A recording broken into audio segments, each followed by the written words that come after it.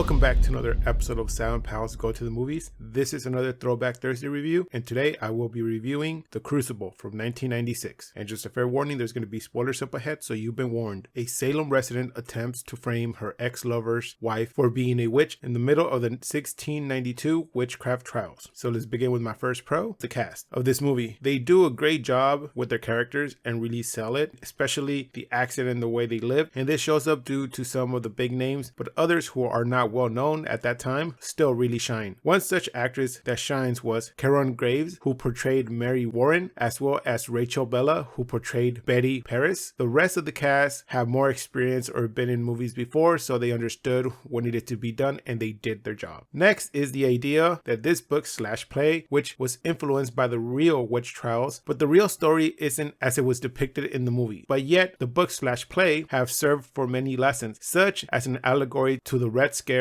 where McCarthy tried to hunt down communists among celebrities, and he would make them accuse others to save themselves from being labeled communist, and having their names placed in a list to be banned from most jobs or enter places they needed to go. Also, it teaches kids that saying lies is a bad thing, even if it's to save yourself, but it could also harm others. It can be used today as not to believe everything you read online or you heard until you double check the information for the source and make sure it's a credible source. If not, then you are jumping to a conclusion that could actually be false or actually be wrong. And now on to my cons. The fact that the book/play are nothing like the real trials, so if you want to teach the real historical events, then don't use the book or movie. Some differences are that Abigail was not the ringleader in the real trials, and she did not have an affair with John Proctor, since her real age at that time was 11 and not 17 as it was portrayed in the movie. Also, John's real age was 60 at the time of the trials. There are many things that Arthur Miller changed from the real trials, but still he put information and actual quotes from the real trials in the book/play. So he did his research, but yes, he still did some changes that he needed to just to make the story flow better and make people understand it and relate to it. Next, the movie can be used as an aid when reading the book/play, as long as they point out that there are differences between both, and you can actually make that into a dialogue after the students have read the book and watched the movie. So just like the real trials inspired the book, then the book inspired the movie, they do have some different changes in each stage. So my final grade for this movie is going to be a solid 7 out of 10. If this is used after reading the book and just to illustrate a better understanding and point out there are differences between both, but if you're learning about the actual trials, then this is not a good source. So if you just want to watch the movie, that is fine, but don't use it as a cliff notes before you do a book report on the book. So that does it for this review of The Crucible. Please join us next time where we're going to review Zoot.